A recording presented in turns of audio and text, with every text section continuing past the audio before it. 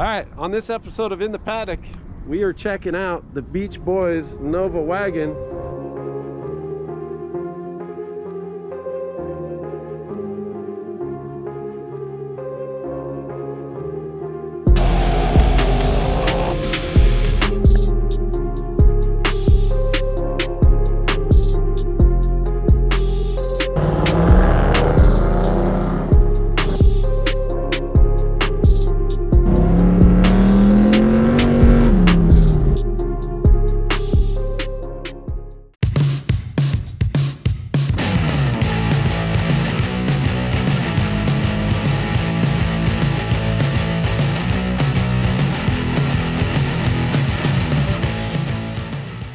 Here with car owner and driver Harrison. Harrison, tell us about this car. What do you got here?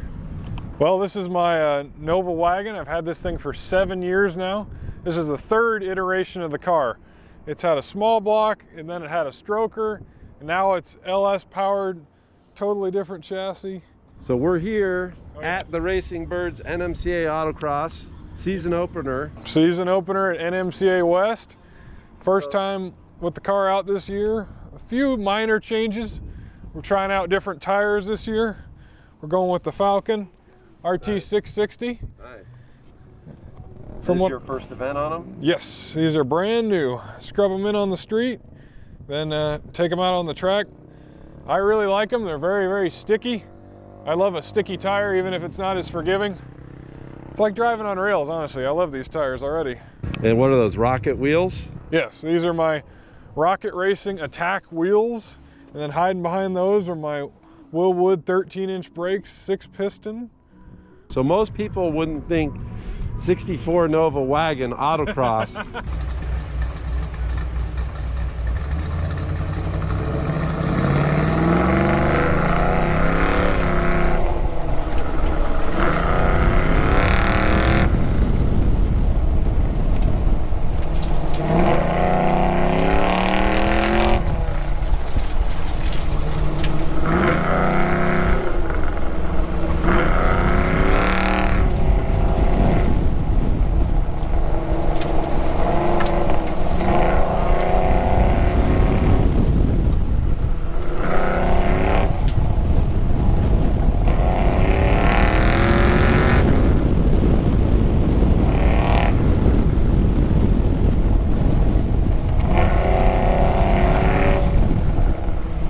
How'd you get started autocrossing this thing?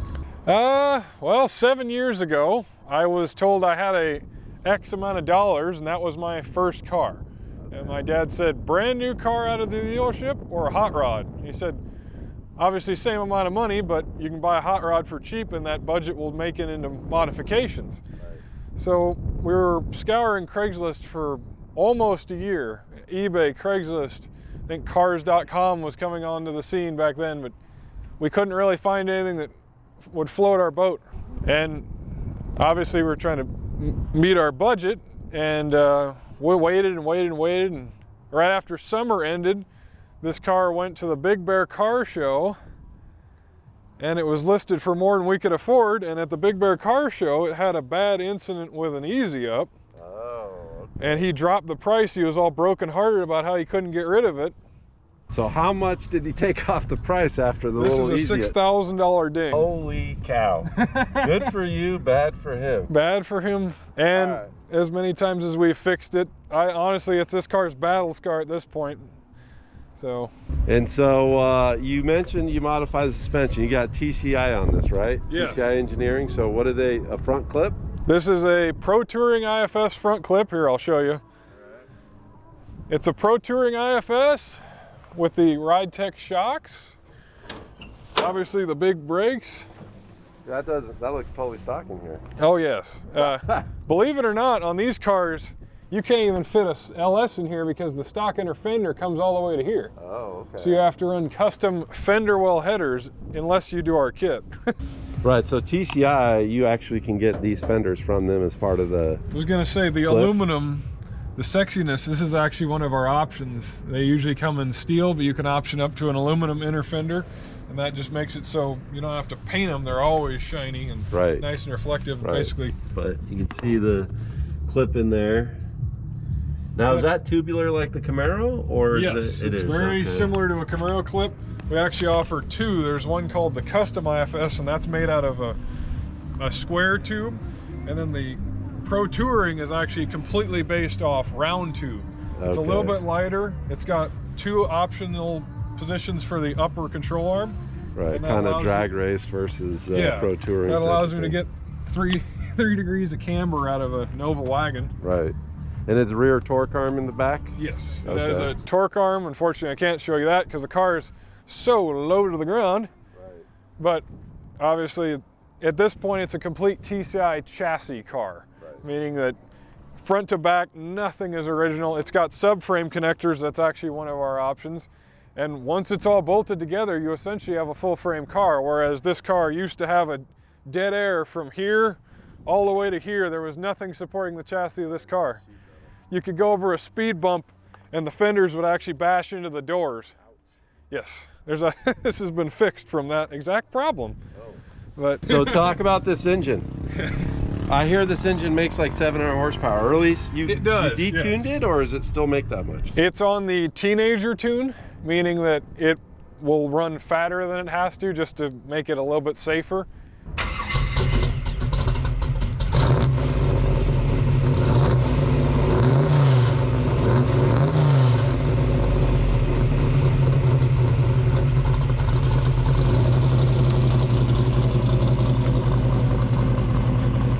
Of course, I went in there and adjusted it back up a little bit, but as of right now, as it sits, it makes 680 horsepower and about 600 foot-pounds of torque at the crank.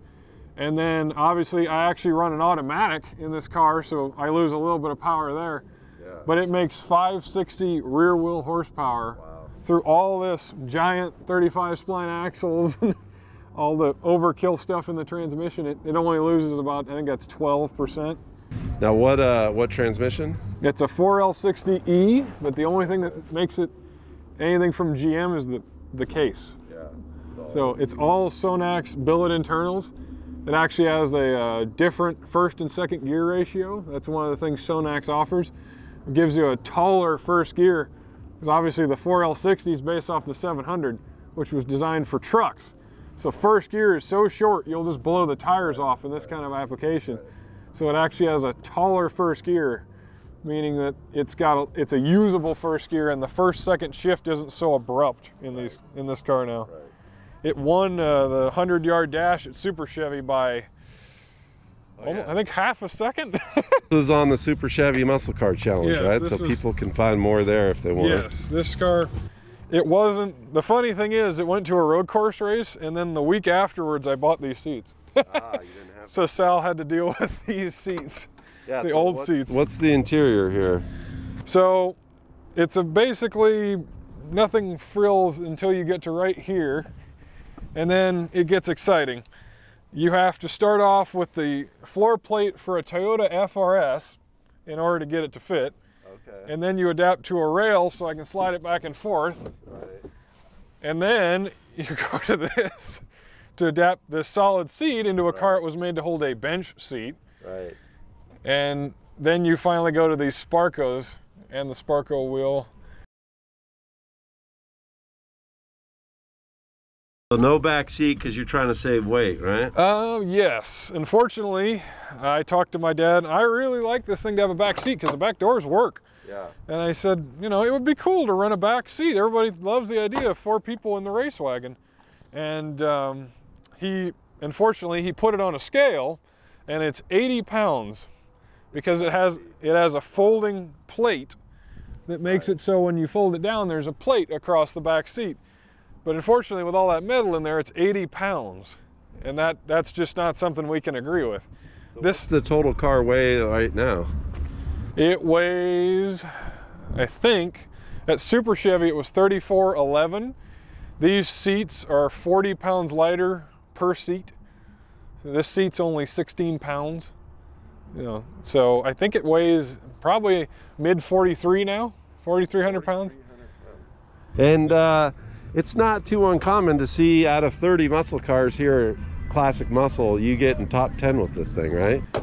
I haven't fallen out of the top 10 all year and last year. Luckily, I've been able to keep this thing in the top 10 almost all of last year, and honestly, it's just all the support, all the knowledge I get from guys like Chad and Tom Barry and Sal and Efren and everybody on our team's giving me pointers where to place the car, how to drive. Half of them are telling me to drive more aggressively, and half of them are telling me to drive smoother. Well, is there anything else that we've missed that you would point out that you think is cool about the car, other than, hell, you're autocrossing a Nova Wagon? Well, one thing I kind of find funny, stay there.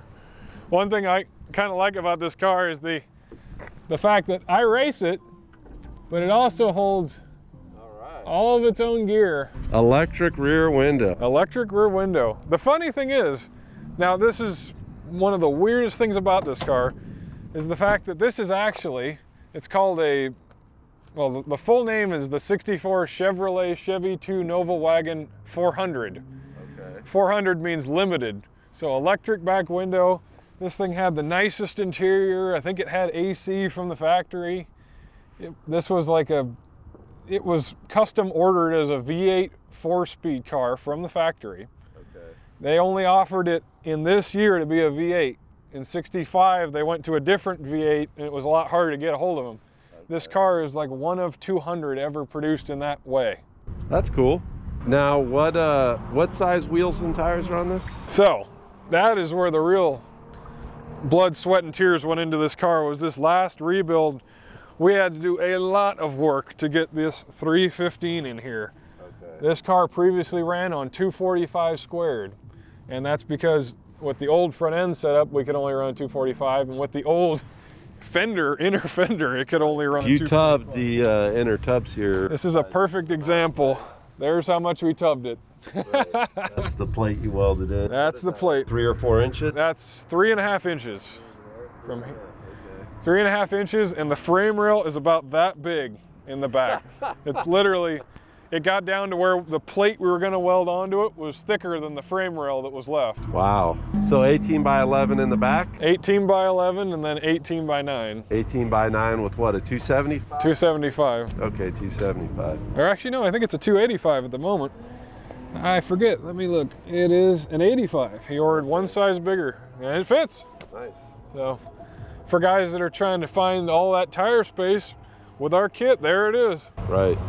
The only thing that I will warn you is that this edge has actually been cut and then bent back. Yeah, it's been rolled in. Yep. That gives you another 25 or 20 mil of tire just to roll this edge. And honestly, you could just roll it here and here and it would have the same effect. Cool. So it's little things like that. We're just trying to eke out more performance. Right. So. All right, well, thanks for showing us the car. Yep. We'll get a lap with Harrison later so you guys can see this thing in action on the autocross.